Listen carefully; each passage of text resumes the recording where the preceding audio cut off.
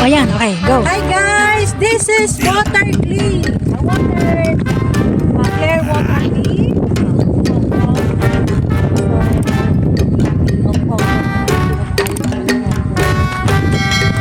This is it. Oh, ang ganda.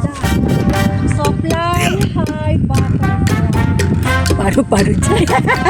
Paru-paru dyan.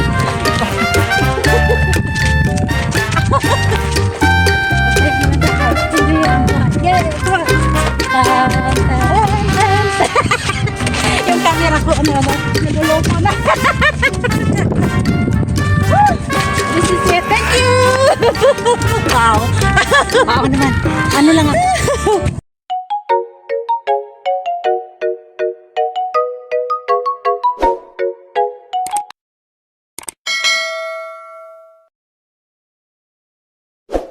Year. Ang workshop na ito ay This workshop started in the year 2000 by Archie Stapleton. He is a son of an American missionary who grew up here in the 1960s. He saw the potential for local clay and a local soil for pottery production.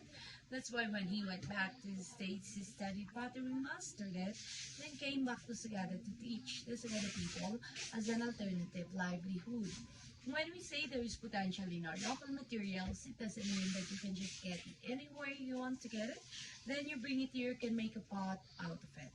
Around Sagada, we have to scout for a good place to get the clay, in which we will not destroy the environment and no one's going to get angry.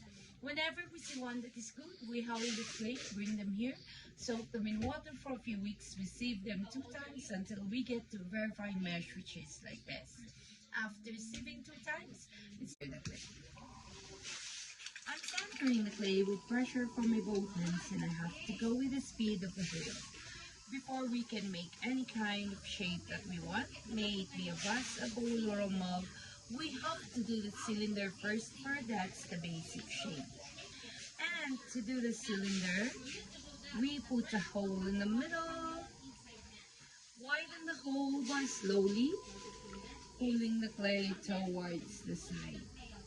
At this point, with controlled pressure from my both hands, I'm going to compress the clay together at the very bottom and then slowly pull it up. One more time. My hand should be the one controlling the clay, not the clay controlling my hands. Whenever I pull it up, I have to do it gradually to maintain the centerness and for it not to collapse. So this is our cylinder. Now we're going to reshape this by slowly pushing it outwards here at the very bottom while pushing and pulling my hands up. Here in the middle, I'm using my right hand and pushing it inwards, slowly pulling it up, supporting my right hand with my left hand inside. Then I'm going to push it out at the top to make a flower vase.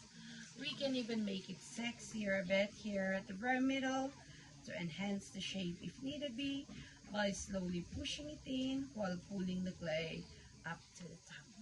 And if we want this to be a water container, we can just put a spout like that. So what we do here, we air dry it for 5 days. After 5 days of air drying, when it's leather dry already, we come back, we trim the bottom, then we put a handle on it. That's the time that we can put any kind of decorations that we want to enhance the beauty. Then we air dry it again for a month. We cook it in the oven for 10 hours of firing. We have to wait for the oven to cool down. We come back, bring out the pieces, then apply the glazes. The glazes are the ones who put color and shininess upon it, but it's not like paint that you just apply to it. You can see the color immediately. We have to cook them again to a certain temperature for 10 to 12 hours before the beauty of each piece will come out. They are very good for food containers, they're microwavable, and of course the color doesn't fade. Who wants to try? Naging 16 po sila. Yes.